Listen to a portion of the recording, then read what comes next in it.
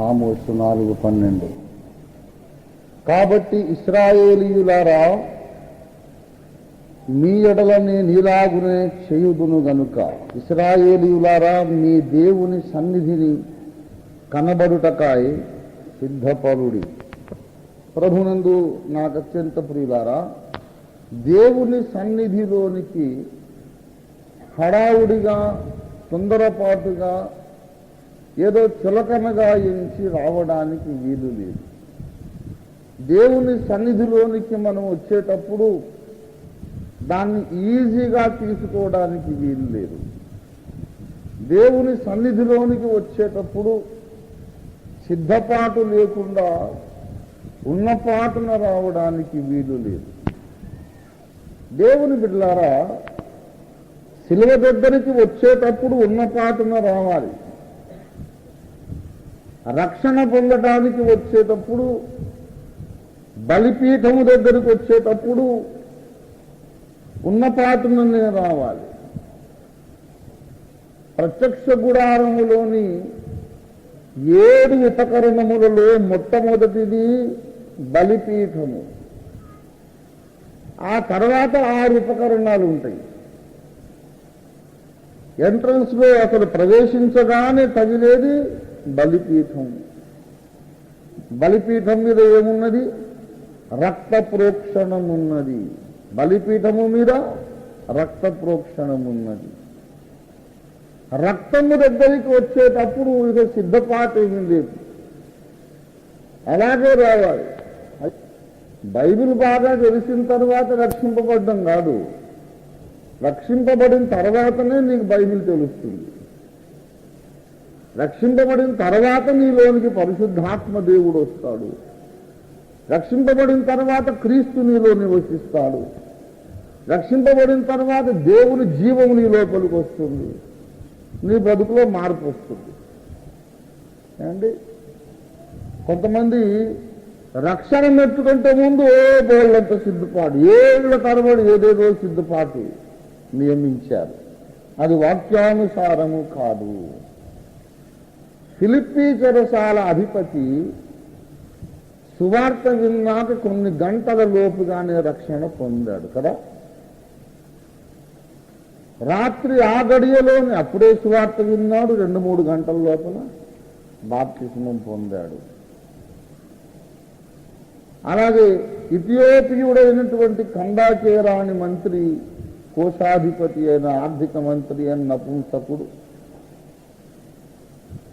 సువార్త వింటూ వింటూ వింటూ దారిలో రథంలో ప్రయాణిస్తూ వింటూనే మారు మనసు పొందాడు.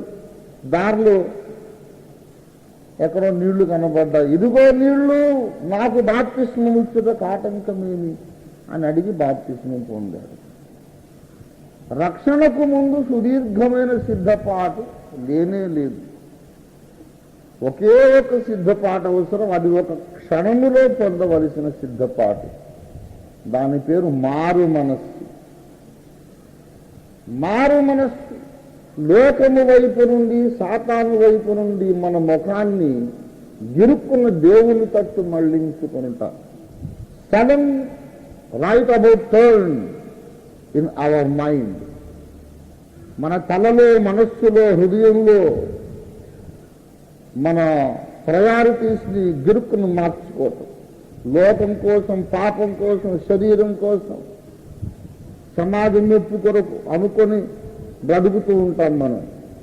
సడన్గా దేవుని తట్టు మళ్ళుకొని అసలు ఇదంతా చెత్త, లోకం ఒక చెత్త, మన శరీరం ఒక చెత్త, మనుషుల మెప్పు నాకు ఒక పెంట కుప్పతో సమానం, నాకు దేవుడు కావాలి, దేవుని తట్టు మనం మళ్ళుకుంటాం. అన్యజనులలో నుండి మారు మనస్సు అంటే, మారు మనస్సు అంటే దయచేసి చూడండి, అపొస్తలుల కార్యాలు 15వ అధ్యాయం, అపొస్తలుల కార్యాలు 15వ అధ్యాయము 19వ వచనం చూడండి. అన్యజనులలో నుండి దేవుని వైపు తిరుగుతున్నవారు, దేవుని వైపు తిరుగుట, అది రిపెంటెన్స్ అంటే. అది కొంతమంది రిపెంటెన్స్ను, రిగ్రెటింగ్ను ఆ రెండు మాటలను కన్ఫ్యూజ్ చేసి వాడతారు. రిగ్రెటింగ్ వేరు, రిపెంటింగ్ వేరు. మనం ఏదైనా చేయకూడని తప్పు చేసాం, దానివల్ల నష్టం అయింది, అయ్యో అలా చేయకుండా ఉండాల్సింది అని మనం బాధపడతాం. I regret for what I have done. లేకపోతే కొన్నిసార్లు చేసిందేమో చేసాం, నష్టం వచ్చినా సరే, no regrets brother, no regrets, I have done my duty. మన ధర్మం మనం చేసేసాం, దాంట్లో మనకు రిగ్రెట్స్ లేవు అని అనుకుంటాం. అలాగే రిగ్రెట్ అని అంటే చేసిన దానికి బాధపడుతా. రిపెంటింగ్ అంటే చేసిన దానికి బాధపడడం కాదు, మనం మానసిక బేసిక్ యాటిట్యూడ్స్ లో సడన్ రైట్ అబౌట్ కొంతసేపు తూర్పుకు ప్రయాణిస్తున్నాం అనుకోండి, కాసేపు అయ్యాక తూర్పు ప్రయాణం ఇది బాగాలేదు, ఇది సరైన ప్రయాణం కాదు, నన్ను గమ్యానికి చేర్చదు, నరకానికి వెళ్తాను తప్ప ఇలా వెళ్తే మోక్షానికి వెళ్ళను, నేను నడిచే మార్గము సరైనది కాదు అని గ్రహించి నడక ఆపి గిరున వెనక్కి తిరిగి కొత్త దారిలో ప్రయాణం ప్రారంభించడం, ఆ గిరుకును తిరగడం అనే టర్నింగ్ అనే ప్రక్రియ పేరు మారు మనస్సు. దానికి ఒక నిమిషం చాలు, ఏళ్ల తరబడి అవసరం లేదు. మారు మనస్సు ఒక నిమిషంలోనే పొందాలి. కొంతమంది లేమన్స్ ఫెలోషిప్ అయితే 30-40 ఏళ్ల బట్టి మారు మనసు పొందుతూనే ఉంటారు. సడన్ రైట్ వచ్చాడు, దాన్ని ఏమంటాము? మారు మనస్సు. అదొక్కటి పొందాలి. ఎప్పుడు? బాప్తిస్మానికి ముందు. మారు మనస్సు పొందకుండా బాప్తిస్మం పొందావంటే నీకు రక్షణ రాదు కదా, నీ మనస్సు మరింత కఠినమైపోతుంది. మారు మనస్సు లేనివాడు బాప్తిస్మం పొందొద్దు. మారు మనస్సు పొందకుండా సువార్త నమ్మినా లాభం లేదు. మారు మనస్సు పొందకుండా నీటి బాప్తిస్మం పొందినా లాభం లేదు. మారు మనస్సు పొందకుండా ఎంత బైబిల్ చదివినా లాభం లేదు. మారు మనస్సు పొందకుండా నీవు ఎన్నేండ్లు ఆరాధనకు వచ్చినా లాభం లేదు. గారడీవాడైన సీమోను నమ్మి బాప్తిస్మం పొందాడు కదా, కానీ వాడికి రక్షణ రాలేదు. చూడండి, అపోస్తలుల కార్యాలు 8వ అధ్యాయం. అపోస్తలుల కార్యాలు 8వ అధ్యాయము 13వ వచనం చూడండి.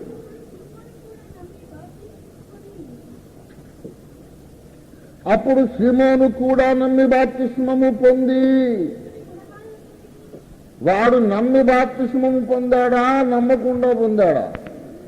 మరి మార్కు 16:16 ప్రకారం వీడికి ఏం రావాలి? నమ్మి బాప్తిస్మము పొందువాడు రక్షింపబడు. నమ్మాడు, బాప్తిస్మం పొందాడు. మరి వాడికి రక్షణ వచ్చిందా? రాలేదు. కింద వైపు రక్షణ వచ్చిందా? దయచేసి 22-23 చూడండి.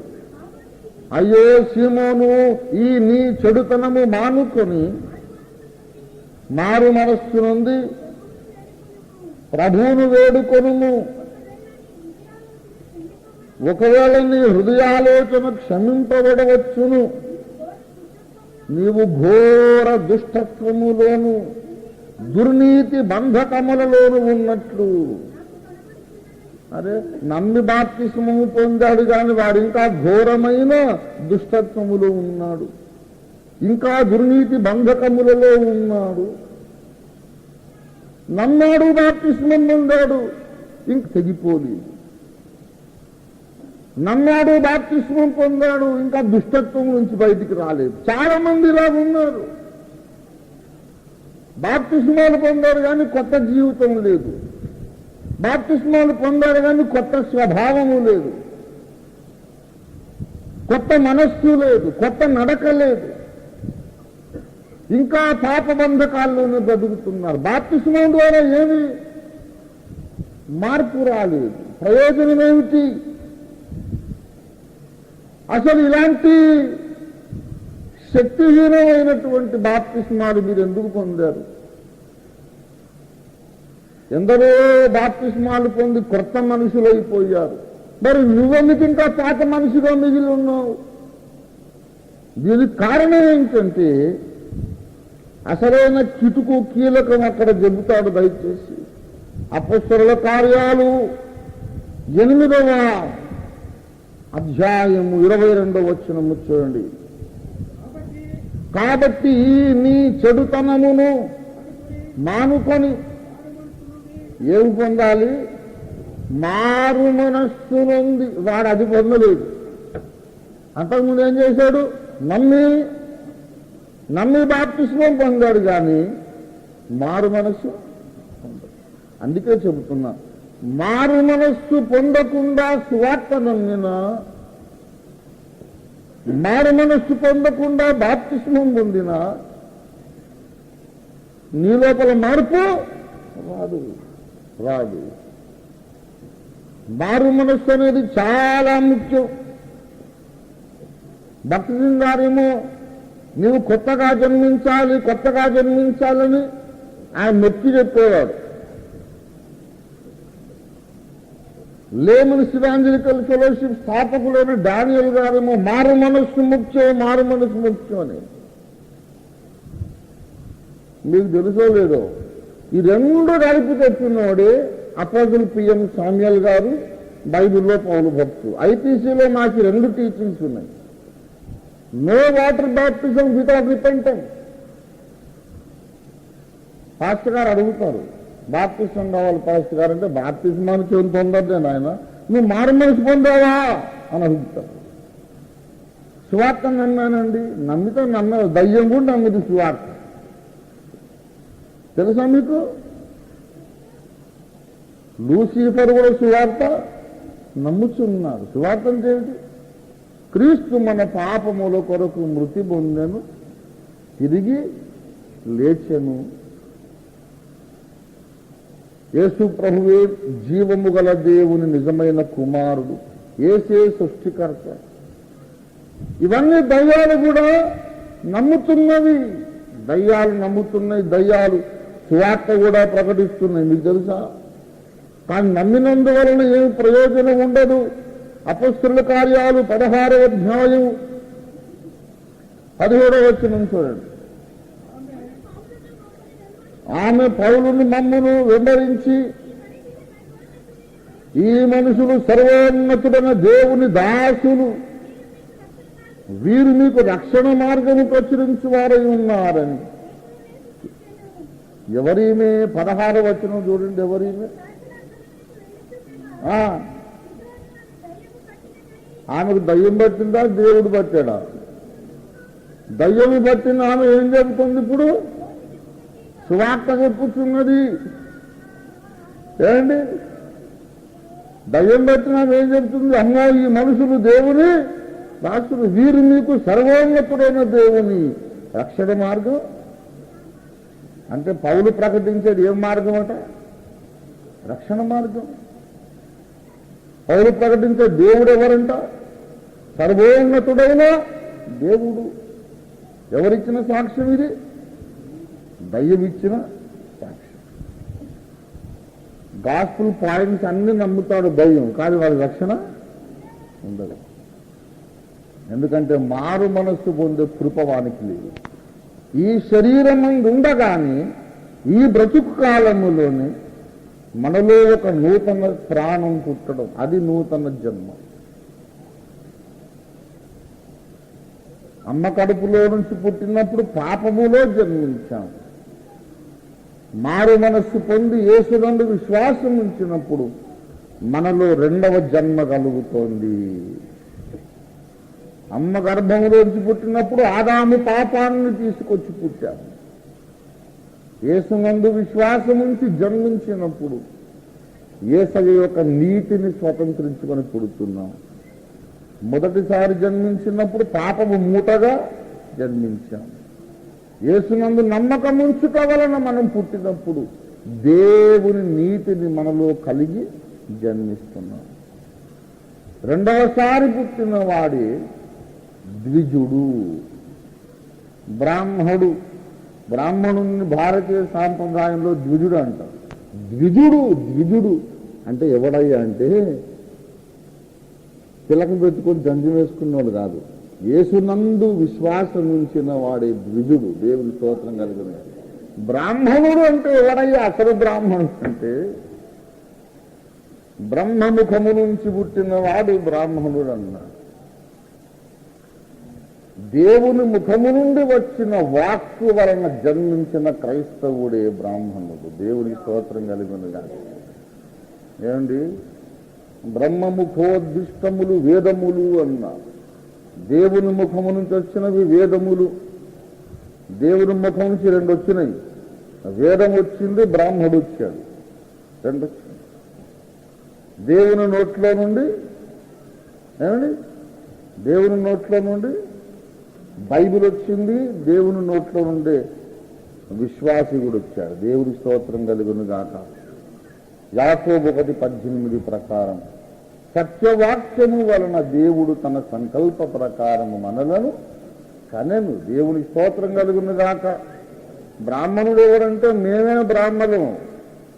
ఏమండి, జన్మచేత అందరూ శూద్రులే, కానీ ఆ పరబ్రహ్మణును తెలుసుకొనుట చేత అందరూ బ్రాహ్మణత్వమును పొందెదరు. విశ్వామిత్రుడు రాజర్షి, వశిష్ఠుడు బ్రహ్మర్షి. అయితే నాకు బ్రహ్మర్షి పదవి కావాలని తపస్సు చేశాడు. చేసి విశ్వామిత్రుడు సాధించాడట. మధ్యలో అతనికి కామక్రోధాలు ఎక్కువ. ఎవరికి? విశ్వామిత్రుడు. కామం ఉన్నది, క్రోధం ఉన్నది. ఊర్వశి రాగానే పడిపోతాడు, ఎవరి మీద కోపం రాగానే శాపం పెడతాడు కదా. ఈ కామము క్రోధం ఉన్నది కనుక నీవెంత తపస్సు చేసినా రాజర్షివి కాదు, బ్రహ్మర్షివి కాదన్న. ఆఖరికి 1000 ఏళ్ళు తపస్సు చేసి బ్రాహ్మణత్వాన్ని పొందాడు. అంటే బ్రాహ్మణత్వము పుట్టుకతో వచ్చినది కాదు, సాధనతో వచ్చినది. బ్రాహ్మణత్వము పుట్టుకతో వచ్చేది కాదు, అంతరంగపు బ్రహ్మ సాక్షాత్కారమును బట్టినది. పుట్టగానే ఎవరికి ఏ కులం రాదు. పుట్టినప్పుడు అందరూ అంటరాని వాళ్లే. క్రీస్తు రక్తము చేత కడుగబడి మారు మనస్సు పొంది నూతన జన్మనెత్తినప్పుడు అందరూ బ్రాహ్మణులే. దేవుని స్తోత్రం కలిగింది. కానీ ఇది మేము నమ్మే కుల వ్యవస్థ. అంటరానోడు ఎవరంటే యేసయ్యను నమ్మనోడే అంటరాను. ఎంత పిలకలను పెట్టుకొని జన్మ వేసుకొని బాణపొట్ట పెట్టుకొని అంటరాని వాడెవడు? యేసు రక్తములో కడగబడని వాడు పాపపు మూట, జన్మపాతి, కర్మపాతి. యేసు రక్తములో కడగబడ్డప్పుడు అతడు దేవుని ఇంటిలోనికి రావడానికి యోగ్యుడు. దేవునికి స్తోత్రం కలిగినగా. అప్పుడు ఏమవుతాడు? వాడు ద్విజుడు అంటే 2వసారి జన్మనెత్తినవాడు. బ్రాహ్మణుణ్ణి ఏమన్నారు మన దేశంలో? ద్విజుడు అంటే వాడు ఎన్నిసార్లు పుట్టాడు? అంటే జన్మ. శిరోజము అంటే తల మీద పుట్టినది. సరోజము అంటే సరస్సులో పుట్టినది. సహజము అంటే నాతో పాటు పుట్టినది. సహజ అంటే అంటే తోడుగా పుట్టినది. అలాగే ద్విజుడు అంటే అంటే 2. ద్విజుడు అంటే 2 సార్లు పుట్టినవాడు. ఒకడు కొత్తగా జన్మించకపోతే దేవుని రాజ్యము చూడలేదు. అసలు సత్యం ఒక్కటేనండి. నువ్వు హిందూ మతం మాట్లాడు, ఇస్లాం మతం మాట్లాడు, క్రైస్తవం మాట్లాడు, సత్యం ఒకటే.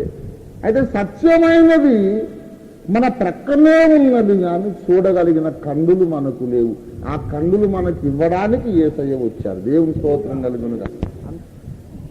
చూసారా, ఇప్పుడు బైబిల్లో యేసయ్య చెప్పాడు ఒకడు కొత్తగా తిరిగి జన్మించాడు. మన వేదాలు ఏం చెప్పినాయి? బ్రాహ్మణుడు ద్విజుడు.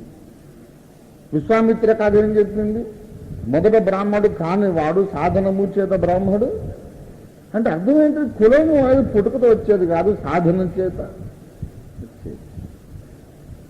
మరి ఎందుకు మన దేశంలో ఈ మూర్ఖత్వం? పుట్టినోడికి అలా ఒక కులం అంట కడతారు, వీడి ఇదే కులం. పుట్టక ఇది మేకే, ఇది ఎట్టి పరిస్థితుల్లోనూ కుక్క కాదు, మేకే, కోడి కోడే, ఎంత బోధ చేసినా పావురం కాదు అన్నట్టు.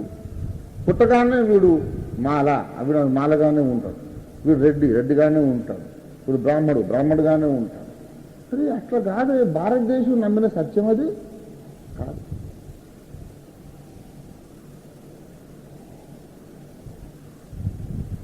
బ్రహ్మర్షి వశిష్ఠుని భార్య కూడా మాదిగాను, తెలుసా మీకు? అరుంధతీయులు అని మాదిగ వాళ్ళకి తెలుసా మీకు? వాళ్ళ పేరేంటి? అరుంధతీయులు. మరి ఎంతో ఎట్లా మాదిగం చేసుకున్నాడు ఆయన? వశిష్ఠుడు అంటరానుడు అయిపోలే. బ్రహ్మర్షి పదవి, బ్రాహ్మణత్వం అనేది కులముతో వచ్చినది కాదు. ఎవరికైతే పరమాత్ముడితో పరిచయం ఏర్పడిందో వారే బ్రాహ్మణులు. యేసు అందరినీ బ్రాహ్మణులుగా చేయడానికి వచ్చాడు. దేవుని ఈరోజు సువార్త, ఇదో టైపు సువార్త ఉంటుంది.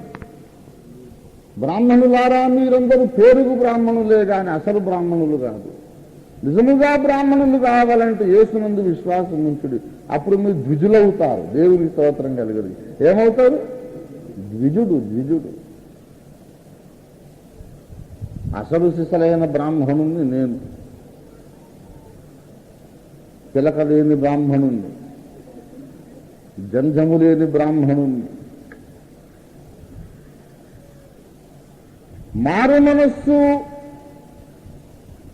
ఆ తరువాత నీటి బాప్తిస్మము, దాని వలన మనకు నూతన జన్మ.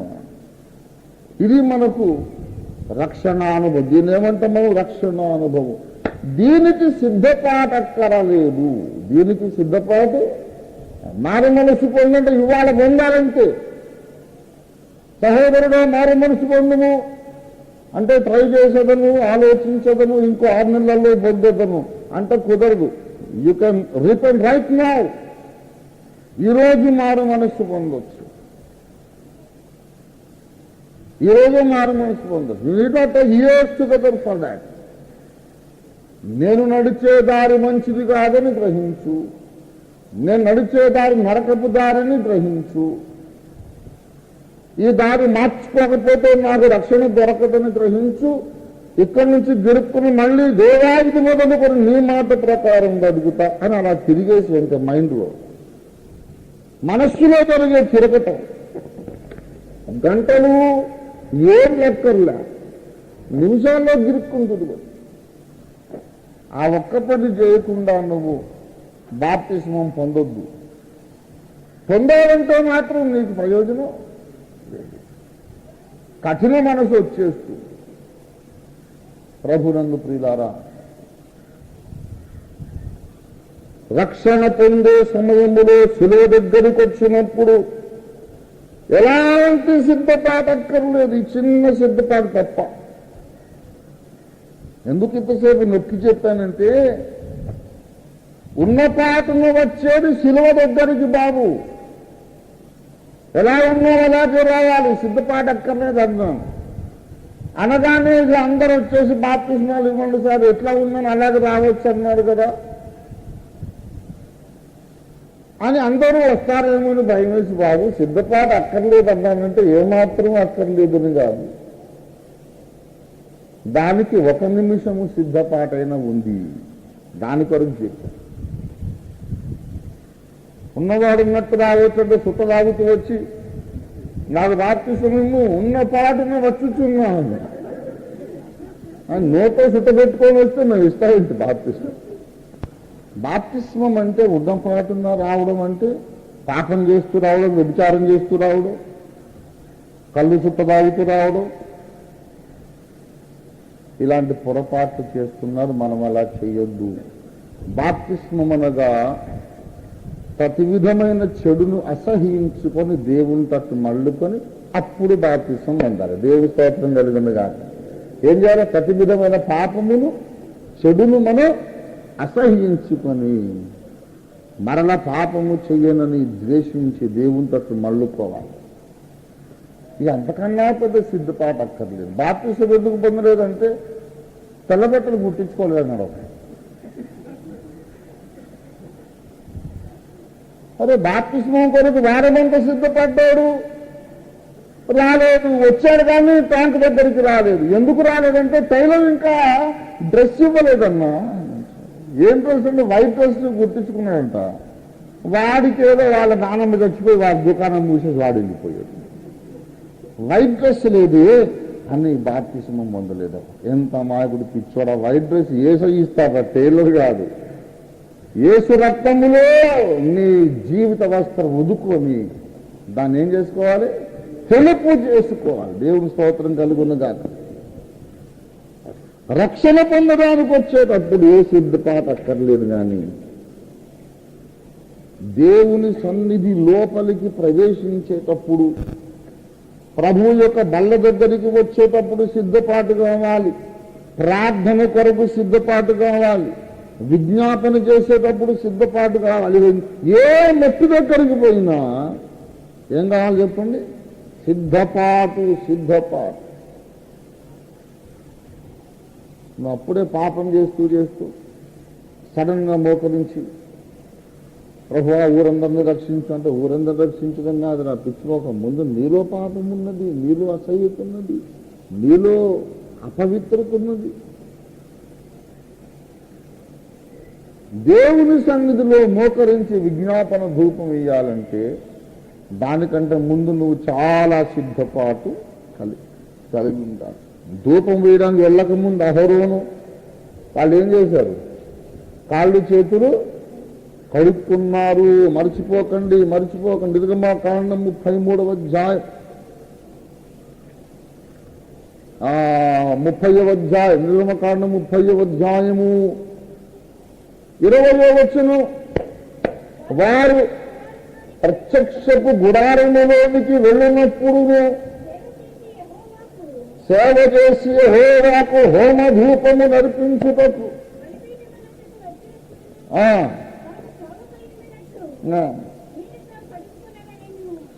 వారు హోమ ధూపము నర్పించుటకు. ధూపం అంటే పొగ. ధూపం అంటే పొగ. ఈ పొగ దేనికి సూచన అంటే మనము దేవునికి అర్పించడం. పొగ అంటే చూడండి ఒక మాట. పొగ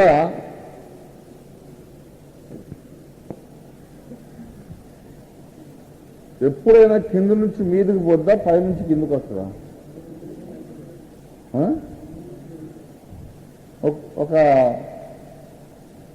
ట్రాక్టర్ కాయలు వెలిగించండి, లేకుంటే అగరొత్తులు వెలిగించండి. దాని ఇట్లా పైకి పట్టుకుంటే పొగ పైకి పోతూ ఉంటుంది. సరే పైకి పోతుంది ఎంతసేపటికి, కిందికి రా అంటే పొగ రాదు. సరే ఆ అగరొత్తుని కిందికి తిప్పట్టుకోండి. కిందికి తిప్పట్టుకున్నా కూడా కిందికి వద్ద పొగ ఎట్టి పరిస్థితుల్లోనూ పైకే ప్రయాణిస్తుంది. విశ్వాసి నుండి దేవుని వైపు వెళ్లే ప్రతి దానిని పొగతో పోల్చాడు. దేవుని స్తోత్రం కలుగునుగా.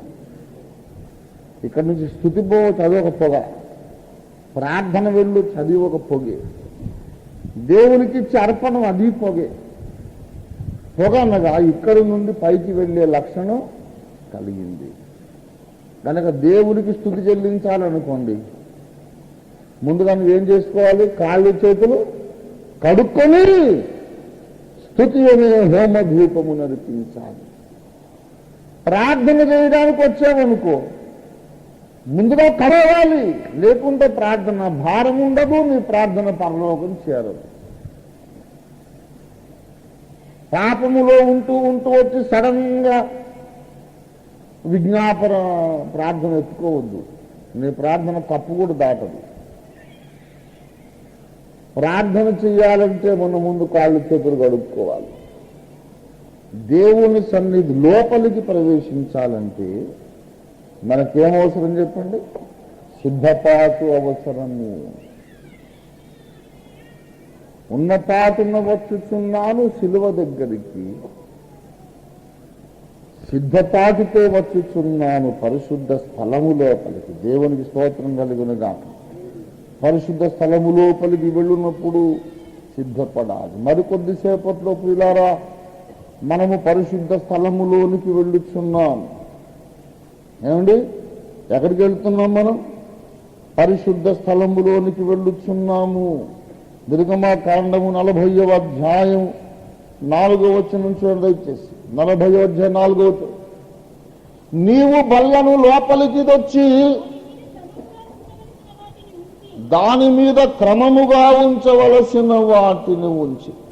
బల్లను ఎక్కడికి తేవాలి? లోపలికి తెచ్చి ఏమండి, దాని మీద ఉంచవలసిన వాటిని ఏముంచాలి? 23వ వచనం చదవండి. రొట్టెలు. దేవుని మందిరములో ఒక బల్ల ఉన్నది. బల్ల మీద ఏమున్నది? రొట్టెలున్నవి. ఆహారం ఉన్నది. ఈ రొట్టెలు తినవలసిన వారెవరయ్యా అంటే యాజకుడు మాత్రమే తినాలి. యాజకులుగా ఇంకెవ్వరు తినకూడదట. మత్తయి సువార్త 12వ అధ్యాయము 4వ వచనం చూడండి. మత్తయి 12:4. అతడు దేవుని మందిరములో ప్రవేశించి యాజకులే తప్ప తానైనను తనతో కూడా ఉన్నవారైనా తినకూడని సముఖపు రొట్టెలు. ఆ రొట్టెల పేరేమిటి? సముఖపు రొట్టెలు లేక సన్నిధి రొట్టెలు. యాజకుల ఆహారం అది. మామూలు మనుషులు తినకూడదు. యాజకుడంటే దేవునికి నరునికి మధ్య విజ్ఞాపనకర్తగా మధ్యవర్తిగా ఉన్నవాడు. యేసు ప్రధాన యాజకుడు. ఆయన కింద మనమందరము చిన్న చిన్న యాజకులమై ఉన్నాం. మనము రాజులైన యాజక సమూహమై ఉన్నాం. గనుకనే మనకిప్పుడు దేవుడు తన మందిరంలో ఏం ఏర్పాటు చేశాడు? రొట్టెలు తినాలి. బాగా గమనించండి. దేవుని మందిరములో ఏమున్నది? ఆహారం ఉన్నది, రొట్టెలు ఉన్నవి. ఆ రొట్టెలు ఎవరు తినాలి? యాజకులు మాత్రమే తినాలి. యాజకులు ఆ రొట్టెలు తినడానికి ఎక్కడికి వెళ్ళాలి? ఆవరణంలో తినొచ్చా? బల్లను లోపలికి తెచ్చి అన్నారు. దేవుని స్తోత్రం కలిగి ఉంది కాక. అంటే బల్ల ఎక్కడ ఉంది? లోపలి గదిలో ఉంది. లోపలి గదిలో బల్ల మీదే ఉంది, ఆహారం ఉంది. దేవుని సన్నిధిలో కొంచెం లోపలికి వెళ్ళాలి. కాంపౌండ్ వాళ్ళ అవతల ఉండి అట్నుంచి రొట్టెలు పడి తింటంటే కుదరదు. అందుకే ఆయన గోడవతలు ఉంటాయి. నాకు చాలా పనులు ఉన్నాయి ఇక్కడ చుట్టరాగాలి. చాలా కొన్ని పాడు పనులు కూడా చేసేది ఉంది. ముఖ్యమైన పాడు పనులు అవన్నీ అక్కడ బయటనే ఉంటా. బల్ల టైముకు మాత్రం చేయి సాపుతా కొంచెం ఆ నుంచి కంది. దేవుని హస్తం కురుస కాలేదు. బయట ఉన్న వాళ్ళకు కూడా అంటే కుదరదు. అలా కాదు నాయన, నీవు లోపలికి రావాలి. దేవుని స్తోత్రం కలిగినగా లోపలికి వెళ్లితే లోపల బల్ల మీద క్రమముగా రొట్టెలు పేర్చబడి ఉన్నవి. యాజకులే తినాలి. ఆ యాజకులు ఎక్కడికి వచ్చి తినాలి? లోపలికి. లోపలికి వెళ్ళాలి అనగానే తప్పకుండా కాళ్ళు చేతులు కడుక్కోవాలి. దేవుని స్తోత్రం కలిగినగా. బలిపీఠము దగ్గరకు వచ్చినప్పుడు కాళ్ళు చేతులు కడుక్కోని అక్కర్లేదు. ఆ రక్తమే నేను శుద్ధి చేస్తుంది. కానీ మరి మందిరం లోపలికి పోయేటప్పుడు తప్పక కాళ్ళు చేతులు కడుక్కోండి. నీ దేవుని సన్నిధిని కనబడుటకై నీవు సిద్ధపడాలి. టూకీగా చెబుతాను, సిద్ధపాటు లేకుండా ఎవరు సన్నిధి రొట్టెల బల్ల దగ్గరికి రావద్దు. ఏమండి, అందుకే బల్ల ఉండాలనే మేము ఆరాధన మందిరాల్లో బల్ల ఒకటి ఏర్పాటు చేస్తాం. ఎంత పెద్ద మందిరం కట్టినా బల్ల ఉండాలి, ఆ బల్ల మీద రొట్టెలు ఉండాలి. దాని మీద మనం చర్చి కట్టుకున్న తర్వాత కూడా తప్పకుండా అది రాస్తాం, నన్ను జ్ఞాపకము చేసుకొనుటకై దీనిని దేన్ని చేయుడి, నన్ను జ్ఞాపకము చేసుకొనుటకై గుడ్ ఫ్రైడే చేయుడి అని లేదు, దేన్ని చేయుడి, రొట్టె విరుచు కార్యక్రమము చేయుడి. దేవుని స్తోత్రం కలిగిన కాక. హల్లెలూయా. గుడ్ ఫ్రైడే చేయండి, ఈస్టర్ చేయండి, అన్నీ చేయండి. ఎందుకు చేసినా ప్రతి ఆదివారము దేవుని సన్నిధి లోపలికి వచ్చి చేతులు కాళ్ళు కడుక్కొని లోపలికి వచ్చి దేవుడు ఉంచిన ఆహారమును మనం తీసుకోకపోతే ఎన్ని పండగలు చేసినా దాని వలన ప్రయోజనం. ఈ రోజుల్లో క్రమము లేని క్రైస్తవ జీవితం అలవాటైపోయింది. ఎన్నో వేల వేల లక్షల కొద్ది సంఘాలకు, విశ్వాసులకు, కుటుంబాలకు బల్ల అసలు ఆరాధనే లేదు, క్రమము లేదు, అపొస్తలిక బోధ మరిచిపోయారు. కానీ దేవుని కృప చేత దేవుడు మనకు ఆ విషయాన్ని బోధించాడు, మనం దాన్ని పాటిస్తున్నాం. దేవునికి స్తోత్రం కలుగును గాక. మనము యాజకులము గనుక మనకు ఆహారము దేవుడు ఏర్పాటు చేశాడు. ఆ ఆహారమును బల్ల మీద పెట్టాడు, ఆ బల్లను తీసుకుపోయి లోపలి గదిలో పెట్టాడు. లోపలికి వెళ్ళాలంటే మీరు కాళ్ళు కడుక్కోమన్నాడు. దేవుని స్తోత్రం కలుగును గాక. సిద్ధపాటు లేకుండా బల్ల దగ్గరికి రావద్దు. మొట్టమొదట మనము కలిగి ఉండవలసిన సిద్ధపాటు మనం చెప్పుకుందాం.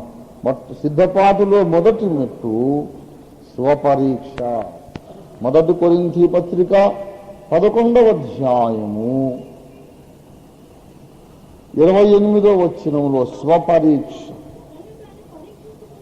సిద్ధపాటులో మొదటి మెట్టు స్వపరీక్ష. Examine your self. నీ బ్రతుకు ఎలాగుంది, మాటలు ఎలాగున్నాయి, ప్రవర్తన ఎలాగుంది, తలంపులు ఎలాగున్నాయి, నిన్ను నీవు పరిశీలించుకోవాలి, పరీక్షించుకోవాలి. నాకేం పర్వాలేదులే, నాకన్నా మంచోడు ఊళ్ళో ఎవడు లేడని ఓవర్ కాన్ఫిడెంట్గా బల్ల దగ్గరికి ఎప్పుడు రావద్దు. ప్రతి మనుష్యుడు, అపోస్తలుడు కానీ, సంఘ కాపరి కానీ, ప్రవక్త కానీ, ఎవడైనా కానీ ఒకవేళ నాయందు ఏదైనా దోషం ఉన్నదేమోనని పరీక్ష అవసరం. నేను ఎప్పుడు యథార్థంగా చెబుతాను. ప్రభు బల్ల దగ్గరికి వచ్చినాక మనం ఎవరం గొప్పవాళ్ళం కాదు, ఆయనే గొప్పవాడు. మనమందరమును ఆయన కృప మీద ఆధారపడినటువంటి నిర్భాగ్యులు. దేవుని బల్ల దగ్గరకు వచ్చిన తర్వాత విర్రవీగి గర్వించి నేను చాలా మంచి వాళ్ళని కాలు ఎగరేసుకోవద్దు. అలా చేస్తే అననీయ సఫీరాల గతిపడుతుంది. మనకు మారు మాట్లాడకుండా నీళ్లు అడగకుండా చచ్చారు. నేను ఎప్పుడు యథార్థంగా నోరార మనసారా చెప్పే మాట, మనమందరము మనల్ని మనం పరీక్షించుకుందాం. నేను కూడా నన్ను నేను పరీక్షించుకుందాం. అందరూ స్నానాలు చేద్దాం, నేను కూడా స్నానం చేద్దాం. ఏంటి పాస్టర్ గారు మీరు కూడానా? ఖచ్చితంగా నేను కూడా. నేను మనిషిని కాదా? ఏలియా మన వంటి స్వభావము గల మనుష్యుడు. అందులో మనం సిగ్గుపడడానికి, దాచుకోవడానికి అవసరం లేదు. మీరందరూ వచ్చేటప్పుడు శరీర స్నానాలు చేసి వచ్చారు కదా, రావాలి. ఇది కూడా చెప్పాల్సి వస్తుంది, చెప్పాలని ప్రేరేపణ కలుగుతుంది. దేవుని సన్నిధికి వచ్చినప్పుడు తప్పకుండా స్నానము చేసి శరీర శుభ్రత కూడా అవసరమే. నీళ్ళే ఒక్కోసారి పొద్దున్న వాటర్ రాలేదు, చేయలేదు, పర్వాలేదు అనుకోండి, అప్పుడు కనీసం స్పాంజ్ బాత్ అయినా చేయాలి. ఇది స్పాంజ్ బాత్ అంటే అరబ్బులు చేసుకునేటటువంటి స్నానం. వాళ్ళు తడి బట్ట నుంచి మొత్తం వాళ్ళని తుడుచుకుంటారు. నీళ్ళు లేవు, ఒక చెంబులో స్నానం చేయాలి. ఏం చేస్తారు మరి? నీళ్లు లేనప్పుడు ఏమో కానీ ఉన్నంత వరకు అయితే దయచేసి తప్పకుండా ఉదయం స్నానం చేసి రావడం మంచిది. మరి అందరూ స్నానం చేశారు, నేను కూడా చేశాను. నేను అపోస్తలుని కాబట్టి నేను స్నానం చేయడం ఏందిరా, మామూలు మనుషులు స్నానం చేస్తారు, అపోస్తలుడు చేస్తాడా అని విరవీగలేదే. అందరూ చేసే స్నానాలు నేను కూడా చేశాను. మరి ఆత్మకు స్నానం మీరందరూ చేస్తే నేను ఎందుకు చేయకూడదు? శరీరాన్ని శుభ్రం చేసుకున్నాను, మీరు శుభ్రం చేసుకున్నారు, నేను శుభ్రం చేసుకున్నాను. ఆత్మను మాత్రం ఎందుకు కడుక్కోకూడదు? నేను గొప్ప ప్రసంగికుడిని కనుక నన్ను నేను పరీక్షించుకోను అనేది వాడు ప్రసంగికుడైనా, బోధకుడైనా, అపస్తులుడైనా, సంఘకాపరైనా, మర్మములు ఎరిగిన మహాజ్ఞాని అయినా ప్రతి మనుష్యుడు తన్ను తాను పరీక్షించుకోవాలి. దేవుని స్తోత్రం కలిగినగా ఎప్పుడు చెబుతాను, there is no exemption for anyone. ఎవరికి మినహాయింపు లేదు. మొట్టమొదటి స్టెప్ పరీక్షించుకోవాలి. ఏముందో పరీక్షించుకున్నాక దానికి చికిత్స చేయాలి. ఒక డెంటిస్ట్ దగ్గరికి వరుసగా చాలా మంది కూర్చున్నారు. పేషెంట్ ఒకడు వచ్చాడు. రాగానే వాడు కూడా లైన్లో ఉన్నాడు. అక్కడ కాంపౌండర్ ఉండి మీరు రాగానే డాక్టర్ గారు ఉన్నారా కావాలంటే ఉన్నారయ్యా, చాలా మంది నీకంటే ముందు వచ్చారు, కూర్చొని వాళ్ళు బలవంతం కూర్చోబెట్టి అర్జెంటుగా పోవాలి డాక్టర్ని కలిసి. అరే కూర్చోని, నీకంటే ముందు ఇంతమంది వచ్చారు, అర్జెంట్ కూర్చోబెట్టి. తర్వాత డాక్టర్ గారు దీని టైం వస్తే లోపల ఉంది. ఆ డాక్టర్ గారు అసలు ఏంటంటే నాకు తెలుసు, నువ్వు మాట్లాడకు, నోరు కూర్చోని. అది కాదండి విషయం ఏంటంటే, నాకు తెలుసయ్యా విషయం, నేను డాక్టర్నా నువ్వు డాక్టర్వా, నోరు తెరువు. సరే ఆహా లోపల బయట ఈ పన్ను పుచ్చిపోయింది, ఆ పట్టుకారు తీసుకురా. అయ్యో బాబోయ్ అది కాదండి అట్లా. అరే ఏది కాదు, ఏది పుచ్చిపోయిందో నాకు తెలుసా, నీకు తెలుసా, మాట్లాడకు. ఆ ఇంజక్షన్ దేవమ్మా అని ఇంజక్షన్ పొడిచి పట్టుకారు అని చెప్పి మూడో పిచ్చి ఇప్పుడు ఈ ఫీజు అన్నాడు. ఫీజు అంటే వాడు ఒక పేపర్ ముందు పెట్టి సైన్ పెట్టండి సార్ అన్నాడు. ఇదేంద్రా పన్ను బీకించుకొని పైసలు ఇవ్వమంటే సైన్ పెట్టమంటే ఏది కాదు సార్, మీకు ఎమ్మో వచ్చింది సార్, నేను పోస్ట్ మ్యాన్, మీరు ఎమ్మో వచ్చింది పోస్ట్ మ్యాన్, డ్రెస్ వేసుకోకుండా మామూలు డ్రెస్లో వచ్చినా నేను చెప్పేది కూడా నా పన్ను బీగుతుంది కదా సార్.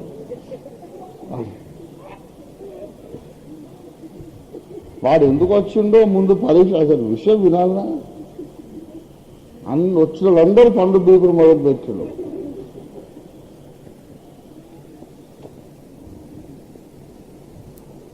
అందరికి ఒకే మంత్రం కాదు. ఒకడు శరీరము బలమై ఆత్మ బలహీనమైనందు చేత మదించి తప్పు చేసి ఉంటాడు. ఇంకొకడు బలహీనతలో వద్దనుకొని అనుకోని గడియలో బ్యాలెన్స్ అవుతే తప్పు చేసి ఉంటాడు. ఇంకొకడు దేవుని కృపతో ఆటలాడుకొని దేవుడు ఎలాగో క్షమిస్తాడు కదా అని తప్పు చేసి ఉంటాడు. ఇంకొకడు ఆరోగ్యం బాగోలేక వారమంతా గాంధీ హాస్పిటల్ అడ్మిట్ అయి ఉన్నందు చేత అవకాశం లేక పాపం చేయలేకపోయి ఉంటాడు. తప్పనిసరి పరిస్థితుల్లో పరిశుద్ధ జీవితం జీవించి ఉంటాడు కదా. అవకాశం ఉంటే చేసును ఏమో, ఒప్పుకుందామంటే ఏ పాపం దొరకట్లేదు ప్రభు. అసలు అవకాశం ఏది? Whole week I was hospitalise, బేహోస్ కండిషన్లో ఉన్నా, నన్ను మత్తు మందిచ్చి సలైన్లు పెట్టి పడుకోబెట్టారు. ఒక అబద్ధం ఆడే అవకాశం లేదు, చెడు చూపు చూసే అవకాశం. So he was by force A Holi man. ఎవరెవరి బతుకేలాగుందో నీకు తెలుసు, నాకు తెలుసు. నా బతుకు నాకు తెలుసు, నీ బతుకు నీకు తెలుసు. పరీక్షించుకో అన్నాడు. పరీక్షించుకో. అసలు నీ మనస్సాక్షిని సంప్రదించు. నువ్వు తప్పు చేశావా చేయలేదా? చేస్తే ఎందుకు చేశావు? ఎప్పుడు చేశావు, ఎలాంటి తప్పు చేశావు అన్నీ మనం పరీక్షించుకోవాలి. మొట్టమొదటి సంగతి పరీక్షించుకున్న తరువాత రెండవదిగా మొదటి యోహాను పత్రిక 1వ అధ్యాయము 9వ వచనం.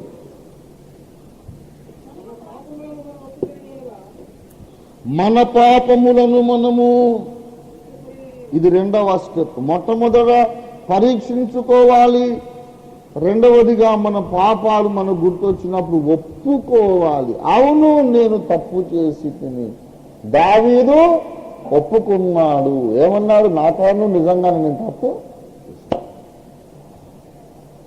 చేసిన పాపము కప్పుకొనక, చేసిన పాపము కప్పుకొనక విశ్వాసముతో ఒప్పుకొందును, విశ్వాసముతో ఒప్పుకొందును. కోపగించక నాపై కృప చూపుమా, కోపగించక నాపై కృప చూపుమా, కరుణించి తిరిగి సమకూర్చు ప్రభువా, కరుణించి తిరిగి సమకూర్చు ప్రభువా, క్షమాపణ నిన్ను వేడుచున్నాను, క్షమాపణ నిన్ను. చేసిన పాపము కప్పుకొనక విశ్వాసముతో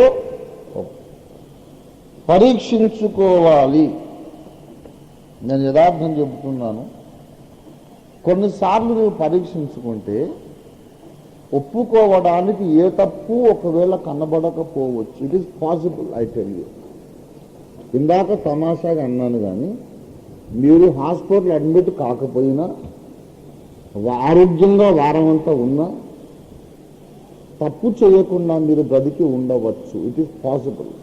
ఎందుకో తెలుసా?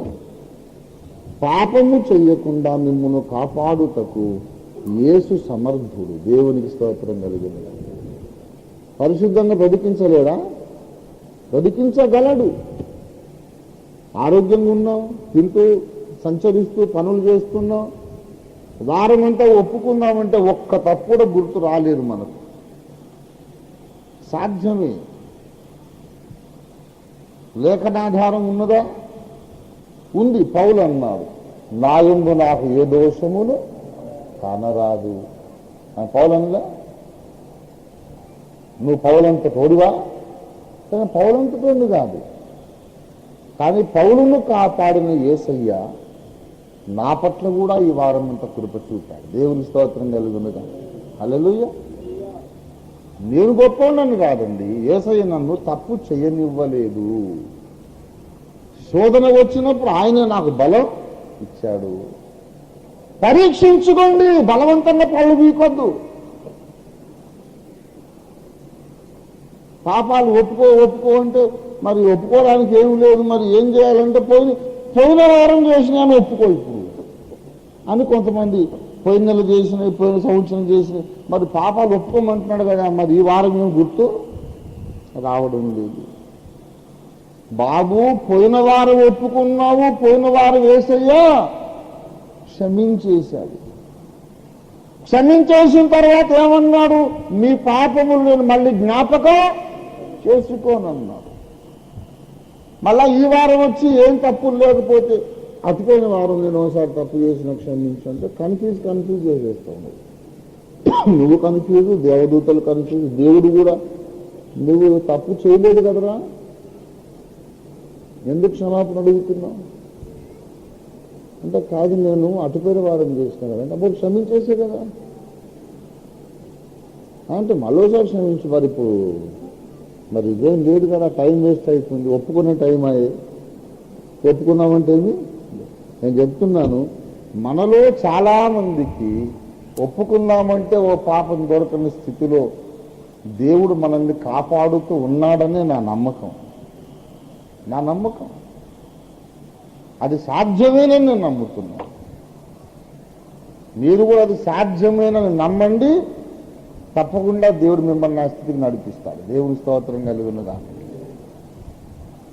ఇంకోటి కూడా చెప్తున్నాను, పరీక్షించుకోవడం ఎందుకు అవసరం అంటే, తప్పకుండా పాపాలు ఉంటాయనేమి గ్యారంటీ లేదండి. ఒప్పుకోవడానికి ఏమీ లేకపోవడానికి రెండు కారణాలు. ఒప్పుకోవడానికి ఏ పాపము గుర్తు రాకపోవడానికి రెండు కారణాలు. ఒక కారణం, బలవంతుడైన యేసు తన కృపచేత మనల్ని భద్రపరిచి ఉంచుట. రెండవ కారణం,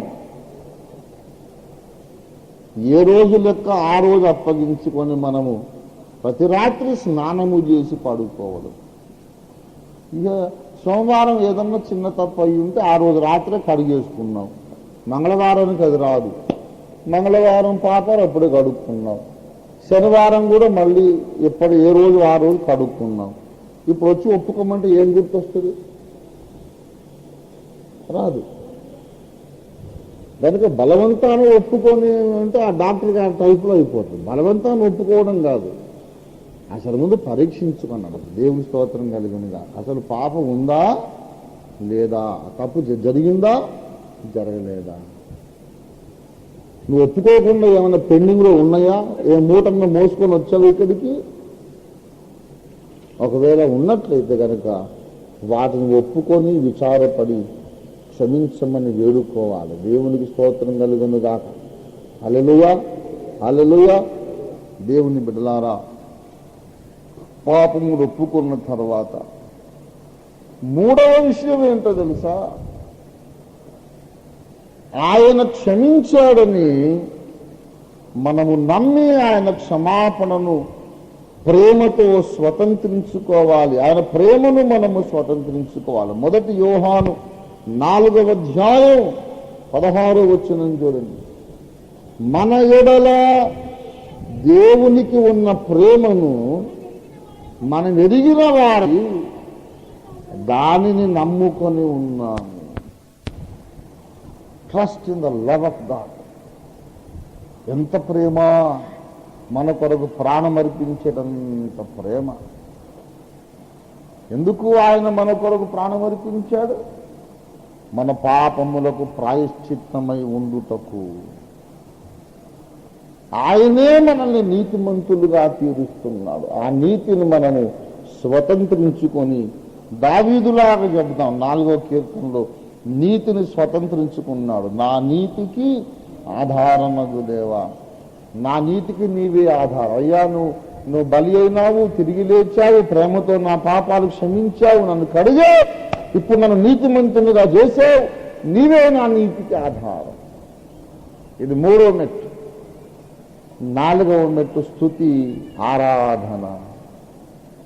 దేవా, నీవిచ్చిన నీతి కొరకు నీకు స్తోత్రం, నీవిచ్చిన రక్షణ కొరకు నీకు స్తోత్రం, నీవిచ్చిన క్షమాపణ కొరకు నీకు స్తోత్రమని స్తుతి ఆరాధన చెల్లించుచు దేవుని సన్నిధిలోనికి రావాలి. మనం పాట పాడతాం, రిక్త హస్తములతో రావలదు సన్నిధి. దేవుని చేతుల్లో, దేవుని సన్నిధిలో మీలో ఎవడును వట్టి చేతులతో కనబడకూడదు. వట్టి చేతులతో కనబడకూడదంటే ఏదన్నా పట్టుకొని రావాలి. ఏం పట్టుకు రావాలి? కానుకలు మాత్రమే కాదు, కానుకలు మాత్రమే కాదు, స్తుతి తీసుకొని రావాలి, ఆరాధన తీసుకురావాలి. దేవునికి స్తోత్రం కలిగినగా. అయ్యా, నీవు మాకు ఇచ్చినటువంటి రక్షణ కొరకు నీకు వందనాలు. దేవుని సన్నిధికి మనం ఎప్పుడు కూడా స్తుతి చెల్లించుచు మనము రావలసిన వారమై ఉన్నాం. ప్రకటన గ్రంథము 7వ అధ్యాయము 10వ వచనం చూడండి దయచేసి.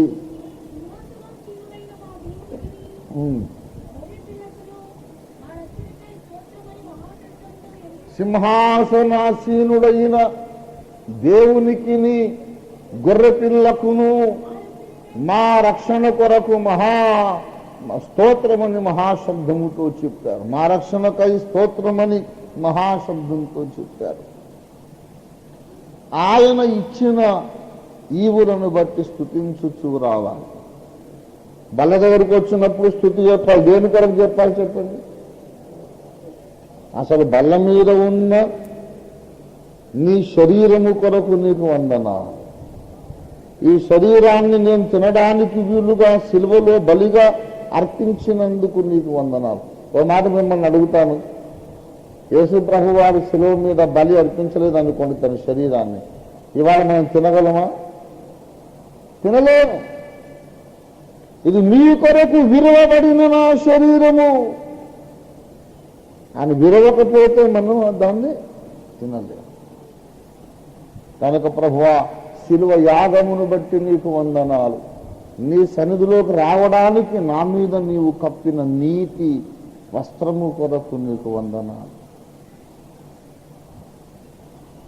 రక్షణ, పరిశుద్ధీకరణ, మహిమపరచబడుట, మహిమ నగరములో మనకుండే పౌరసత్వము, అన్నిటి కొరకును మనం ప్రభువును ఆరాధించుచు దేవుని సన్నిధిలోకి వచ్చి అప్పుడు ప్రభు యొక్క శరీరాన్ని తినాలి. దేవుని స్తోత్రం కలుగునుగా.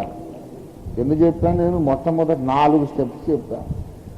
స్వపరీక్ష, నన్ను నేను పరీక్షించుకోవాలి, మిమ్మల్ని మీరు పరీక్షించుకోవాలి.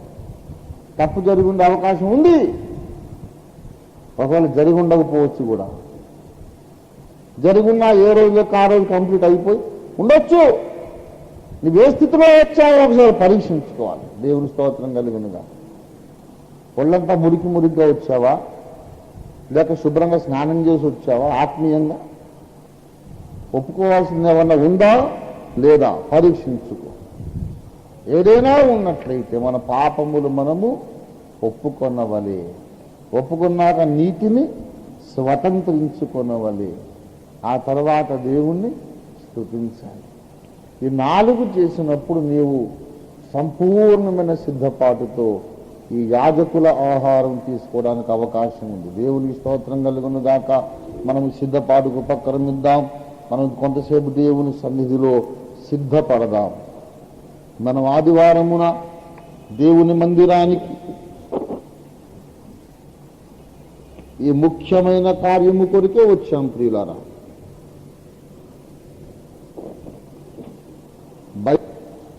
కానీ ప్రభు శరీరమును తినుట మాత్రం ఒక ఆదివారమే జరగాలి. 7 దినములు మేము